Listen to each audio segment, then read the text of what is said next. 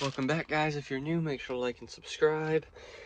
Pretty much just filling the truck with fluids at this point, because it was basically done last time. I just didn't fill all the fluids. Topping off coolant, transmission fluid, transfer case fluid, oil change, fixing the fuel leak, and putting my exhaust on, at least the downpipe, because I still don't know about the rest, just because I don't think it fits. And then I just got to zip tie a couple wires that were hanging down, and we're done. She's drivable. Man, it is frosty today. My door was frozen shut. It wouldn't open. But I brought my heater buddy down. Got some more fluids. I just scratched the shit out of my hood on accident right there. Took a big chunk out of the paint. Kind of pisses me off, whatever. Spray paint over it later. Got our new oil all ready to go in. And we got our old oil ready to come out. That stuff is thick, dude. Got the oil draining down there still. And we got a nice badass new oil filter to put on. Mopar. Then we can fire this thing up. All right, so it's been a couple days since I started it. So depending on how bad air is getting into the system, it might start again perfectly fine, or it might not, and I might have to bleed the system and work on the leak immediately, but I'd like to just hear it run right now, if possible, before I continue working on it, just cause. So let's see what happens. Way too dead. All right, got it hooked up with jumper cables. Way too dead.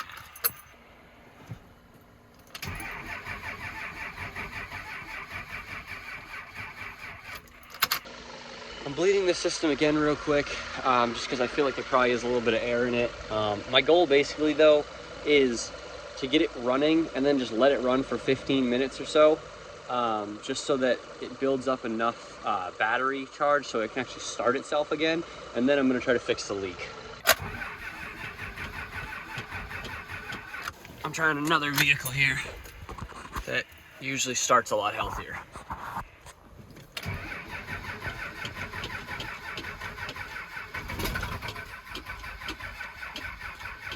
Alright, see, we almost had it first try with this car, so I'll let it sit for a second. It might not even be that there's actually still air in the system. It's probably half the fact that it's a cold start. The truck hasn't been started in like 3 or 4 days, and it's like 32 degrees out right now, and it was like 20 overnight, so probably just really cold too.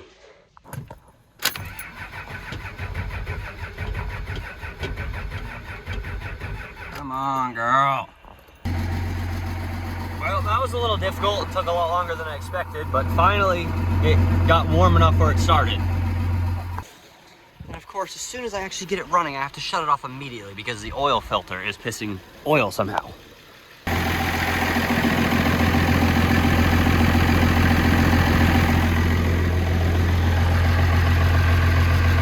Well, I found out why it did that.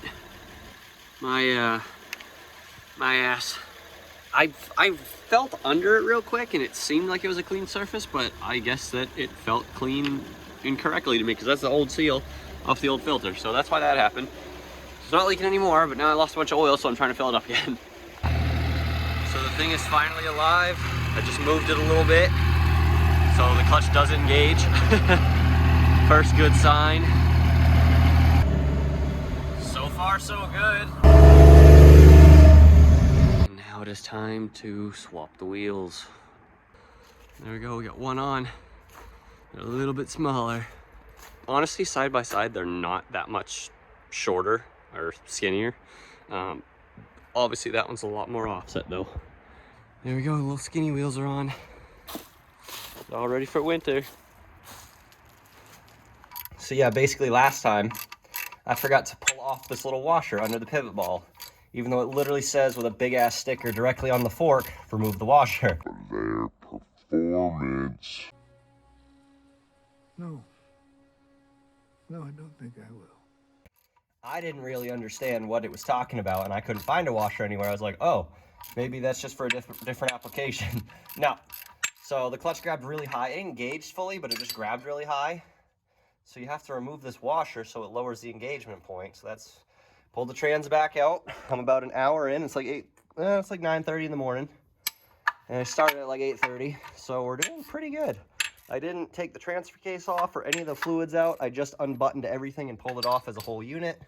So all I have to do is this, clean this up again, put some grease on that bearing, and then put it all back together and it's good to drive. That's what happens when you don't do it right the first time. You gotta pull your trans again. This thing's pretty stupid easy though. Like I said, it took me an hour, dude, to get the truck into the garage, unbutton everything, and pull the trans back, like about an hour. I even took the exhaust off. I took the front friggin' downpipe off again. Just make it a little easier. I have no idea where my head was when I was actually putting this back together. I did like the bare minimum. Like I did the right stuff, but I like didn't even pull out a friggin' tube of grease for anything. So there's a little grease on this that you're supposed to put. I didn't do that originally, so I put some on that and on the fork. You're supposed to clean this thoroughly and then put just a little bit on it so it can slide back and forth. So I did that. And same with these. They're supposed to be very, very little, a little bit on there. Not a ton, but enough where it's just not dry. And then I'm going to put some on these clips here too and under that, so that's all healthy. So everything is good. I removed the washer and I'm about to throw it all back together. I am happy to say that my exhaust is fully on and it did fit. It was a little close up here. This is basically where I was concerned, was near the coolers, but that's 4-inch. And this right here was the worst part, was everyone said 5-inch will not fit with the cross member. To be fair, the stock cross member already was about this close and I had no issues. I just had to move it a little bit because if it would touch it, it would rattle and vibrate, which was obnoxious.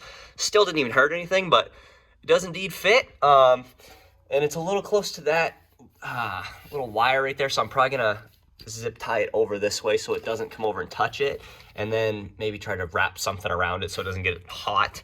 But yeah, it officially fits. The whole exhaust is back on the truck, and I think I'm done. It is now drivable again, and I just have to get my front U-joint out of my drive shaft and run into town to get a new one of those, and then I can put the front drive shaft back in, and then I think we are actually completely done for winter.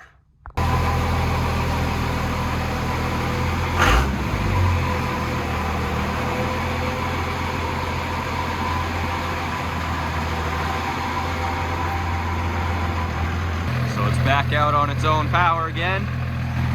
Basically all because of this little washer, dude. Had to take the whole transmission back out because of that. But it's all good now. So I got the first one out pretty quick and easy. It looks different than these rear two though. Like I don't think that's the same. I'm pretty sure these are different ones. So that means that I need to do these two as well because these are very bad. They're like they don't even move. It's so stuck. So those are really bad. I got to do those. But as you can see, it's quite an interesting little get up it's got here. It's not like that side where I can just put it on the vise and tap it out. So I don't actually know how I'm going to do these. And it's already getting late and the sun's going down and it's getting cold. So I think I'm just going to soak them in PB Blaster and come back to them in like a week. And then do them. Because the truck's fine for a little bit and I don't really want to do it today. So I think that's going to be good. I'm just going to let these soak.